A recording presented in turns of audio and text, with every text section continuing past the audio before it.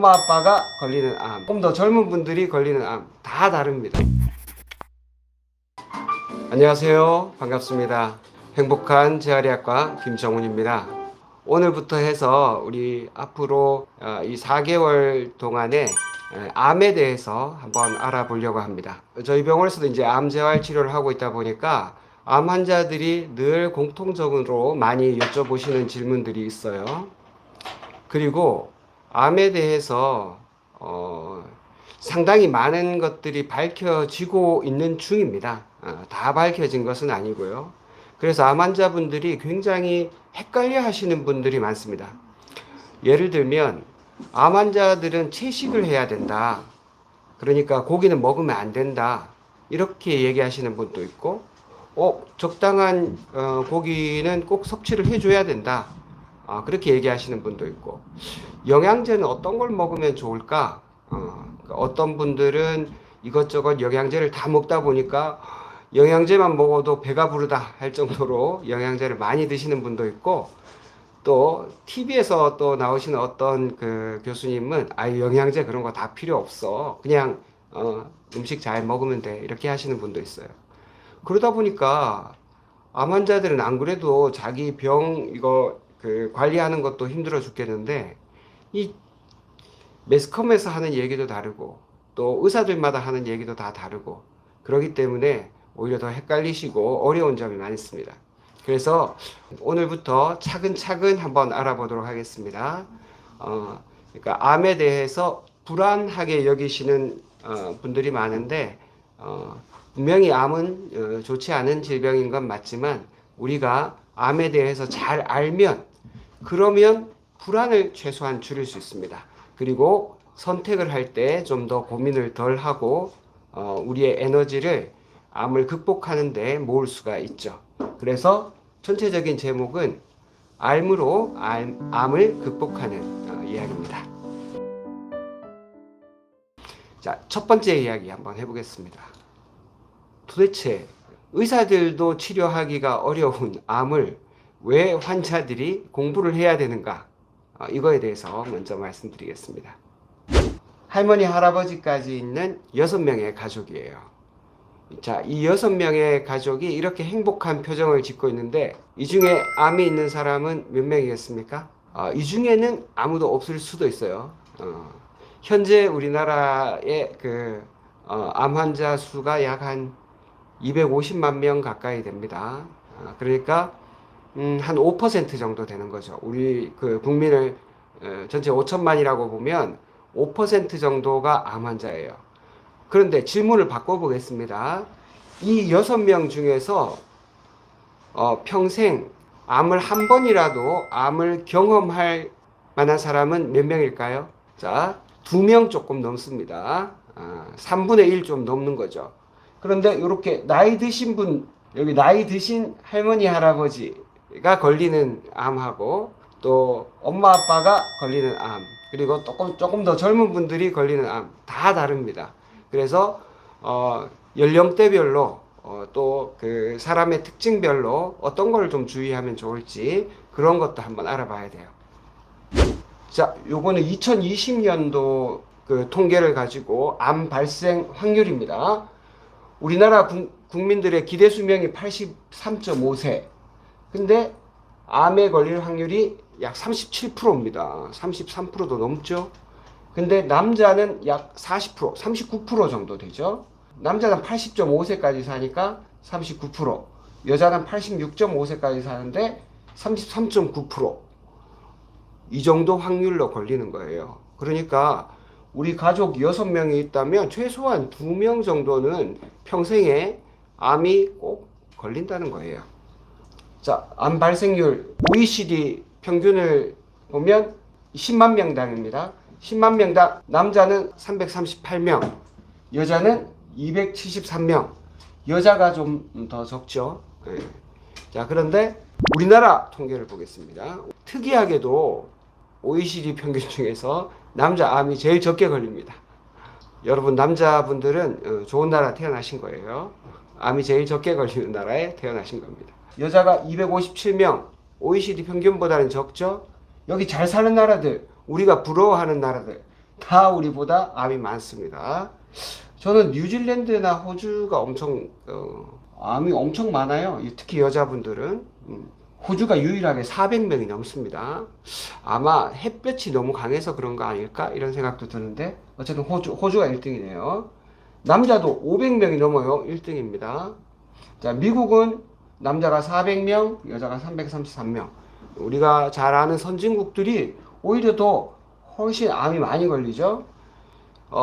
일본 적고, 북유럽 쪽에 스웨덴 이런 쪽이 좀 적고, 이탈리아도 조금 적은 편에 속합니다. 남자, 여자 나눠가지고 그 암 발생률을 한번 보겠습니다. 남자는 폐암, 위암, 전립선암, 대장, 간 이런 쪽으로 많죠. 그 다음에 이제 갑상선암이고요. 여자는 1등이 유방암입니다. 갑상선, 대장, 폐. 여자도 폐암이 굉장히 최근에 많이 늘고 있어요. 그 다음에 위암. 이렇게 상위 10개 암 중에서 앞에 한 5개가 거의 한 70% 가까이를 차지하죠. 근데 특이하게 여자분들은 여자분들만 가지고 있는 어떤 암이 있죠. 그래서 여자분들은 유방암이라든지 자궁체부암, 자궁경부암, 둘 다 합해서 자궁암을 치면 이런 자궁암이나 유방암을 빼고 나면 여자분들이 암이 발생 훨씬 더 적을 겁니다. 남자분들만 가지는 특이한 암은 전립선암이죠. 여자분들의 유방암에 해당하는 게 남자는 전립선암입니다. 호르몬 때문에 호르몬 영향을 많이 받는 암이죠. 전립선암 빼고 여자는 유방암이나 자궁암 빼고 이렇게 아마 계산하면 아마 여자가 남자보다 암이 더 적게 발생하지 않을까. 여자는 유방암이나 자궁암 때문에 보는 피해가 좀 큽니다. 자, 이번에는 주요한 10개 암 유병자 수입니다. 전체 암 환자가 230만 명쯤 되네요. 227만 명. 이게 2020년도 자료입니다. 제일 많은 거는 갑상선, 위, 대장, 유방. 요까지는 거의 비슷하죠. 갑상선이 한 50만 명 가까이 되는 걸로 제일 많고, 나머지는 다 30만 명 언저리입니다. 그 다음에 이제 남자의 전립선암이 12만 명. 폐가 상당히 많죠, 폐가 최근에 굉장히 많이 늘고 있습니다. 자, 이제 남자, 여자별로 좀 나눠가지고 암 유병자 수를 보겠습니다. 남자는 약 한 100만 명 정도 되는데, 위암이 제일 많고, 대장, 전립선, 갑상선, 이런 순으로 많습니다. 여자는 갑상선암 1번, 유방암 2번, 대장암 3번. 최근에 어쨌든 많이 늘고 있으면서 우리가 조심해야 되는 게 대장암하고 폐암입니다. 굉장히 최근에 많이 늘고 있어요. 위암 같은 건 오히려 줄고 있고요. 이게 굉장히 중요한 내용입니다. 암은 옛날 같으면 걸리면 큰일 나고, 지금도 큰일 나는 건 마찬가지인데, 옛날에는 빨리 죽었어요. 95년도 이때만 하더라도 5년 생존율이 40%가 조금 넘었습니다. 그런데 지금은 모든 암 생존율이 71.5%예요. 그러니까 10명 중에 7명 이상이 5년 이상 산다는 겁니다. 물론 이것도 약간 통계에 오류가 있긴 해요.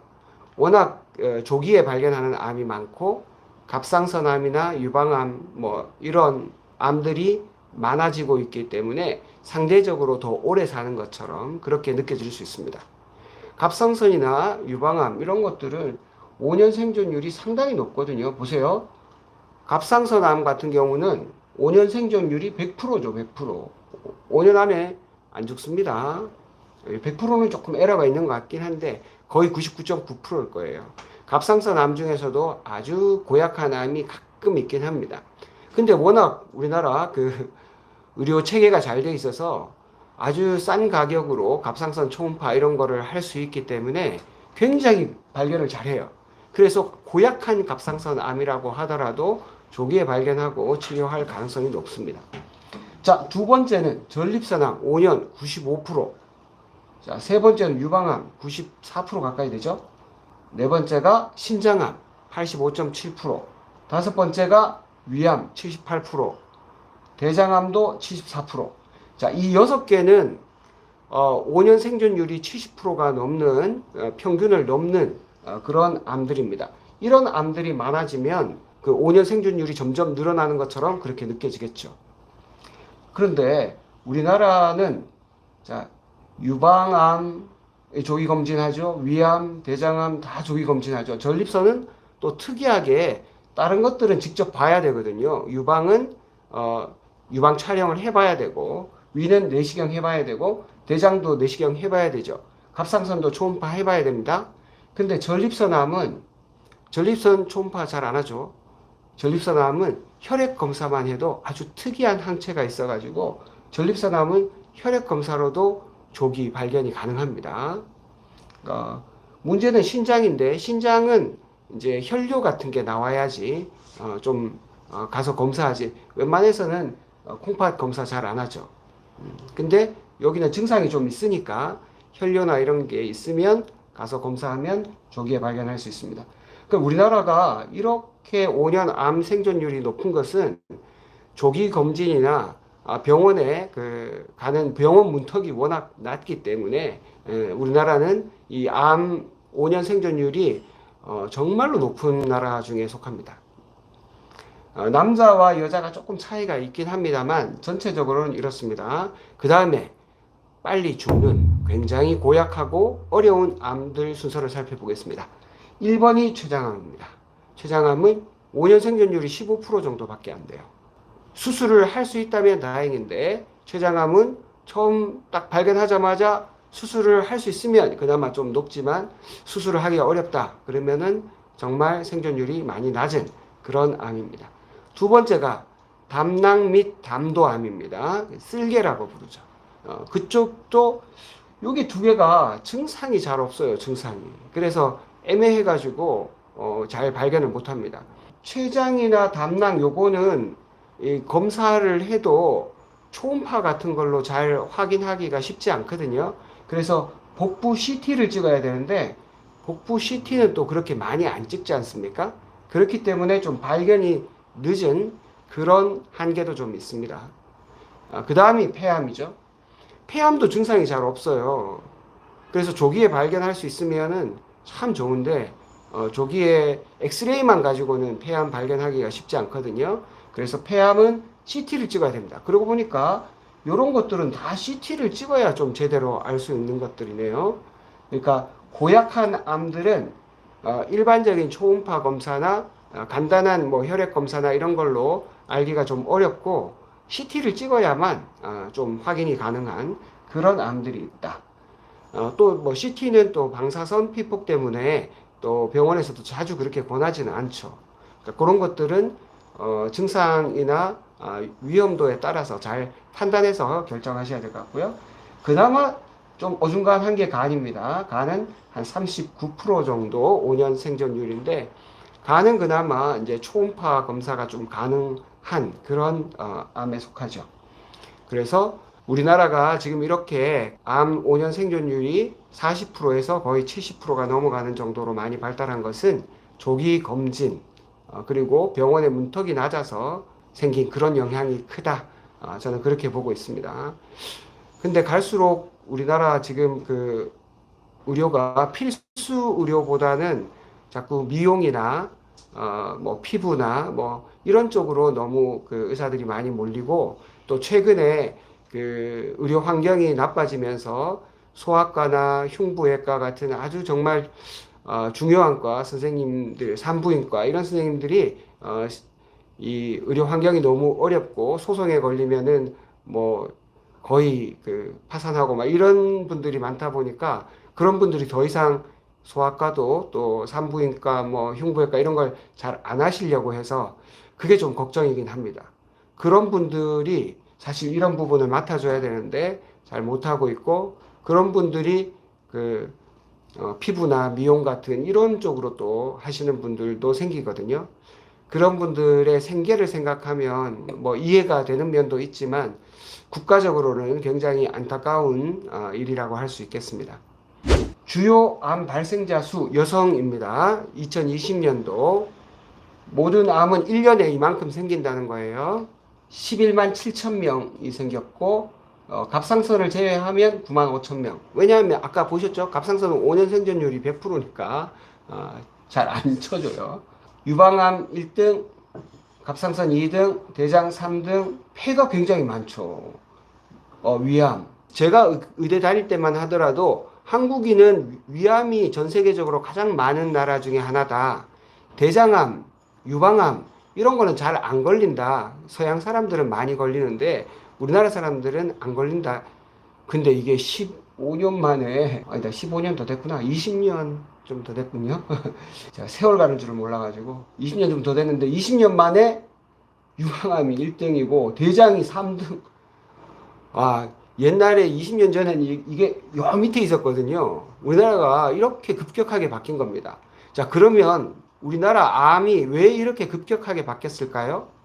인종이 달라진 것도 아닌데 가장 큰 이유가 뭘까요? 먹는 게 다 서구형으로 굉장히 많이 바뀌었죠. 또 하나, 이거는 통계로는 나오지 않는데 또 하나 저는 나름대로 가설을 세우고 있는 게 스트레스가 정말로 많이 늘었습니다.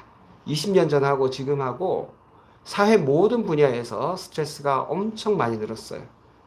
그거는 이제 이런 WHO에서는 발표하지 않지만 암 환자들을 보는 임상 의사들은 그런 부분에 대해서 굉장히 깊이 공감하고 있습니다. 우리나라가 이렇게 암의 주요 암 발생률이 바뀐 것은 식이 패턴 그리고 스트레스하고 굉장히 관련이 깊겠다. 그렇게 하나는 객관적으로 하나는 제 주관적으로 그리고 임상하는 의사들의 뇌피셜일지도 모르는데 이거는 정말 가능성이 높아요. 왜 그런지 이따가 또 한번 살펴보겠습니다. 나 같은 환경에 있다면 나는 어떤 암에 잘 걸릴지 한번 살펴보도록 하겠습니다.